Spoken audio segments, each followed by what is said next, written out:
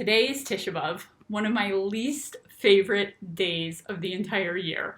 I'll be totally honest with you. The past few days, I've been saying to my husband, I am dreading Tisha B'Av coming, and I'll tell you why. Number one, I really don't like fasting. There's something about needing my routine meals throughout the day that keeps me going.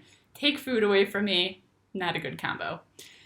The other reason why I really do not look forward to Tisha B'Av every year is that I am a person who feels things so deeply in every realm of my life.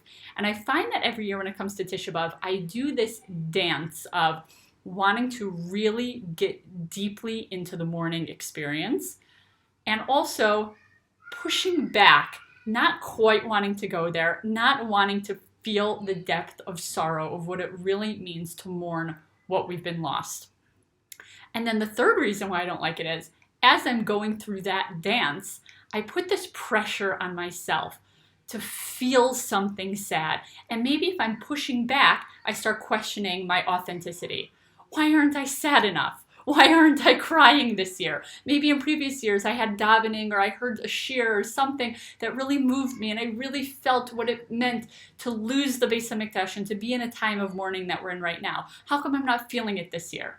So as you can see, I'm a person who thinks about thinking a lot of metacognition going on. Maybe you can relate to me.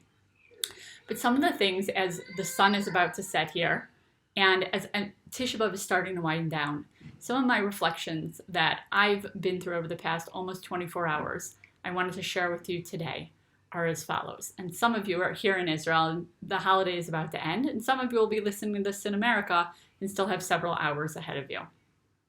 So a few things to remember. Number one, I'm taking away the message to just be gentle with myself, to be real with myself, to experience whatever it is that I felt this Tisha B'Av, and to know that I'm human, that I'm doing the best that I can, and that any feelings of beating myself up about what I'm feeling or meant to be feeling or not feeling is pure evil inclination. It's pure Yetzer Hara. It doesn't serve me.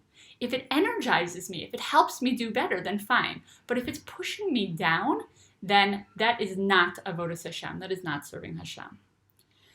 The other message that I'm taking away is that I've been reading recently. I started reading this book, I've Been Here Before, by Sari Yochai B'Rugler, one of my favorites. I know we put it out on our Nafshi women's group that I'm going to be starting a book club discussion about this book to kind of process it together. So if anybody's interested, feel free to reach out. If you don't have the link, I can give it to you. And one of my takeaways so far from this book is very tied to the themes of Tisha B'Av. And it's as such. Tisha B'Av is not just about mourning the destruction of the Beis HaMikdash. It's about understanding the state of the world right now without a Beis HaMikdash. It's about not having clarity that Hashem is so intimately involved in our lives and running every single aspect of our lives, whether it feels good or whether it feels challenging to us. One of the things I'm really enjoying about this book, it's a book about reincarnation. Whether you believe in reincarnation or don't believe in reincarnation, the takeaway from the book is that we are more than just a body. We are a soul. We're a soul in this world that Hashem has put here with a clear mission and individual purpose that we need to fulfill in our lives. During the time of the Beis HaMikdash, this is what we lost now. During the time of the Beis HaMikdash, people had clarity. They knew how to live their lives. They knew how to find joy and happiness, how to serve Hashem to their ultimate potential.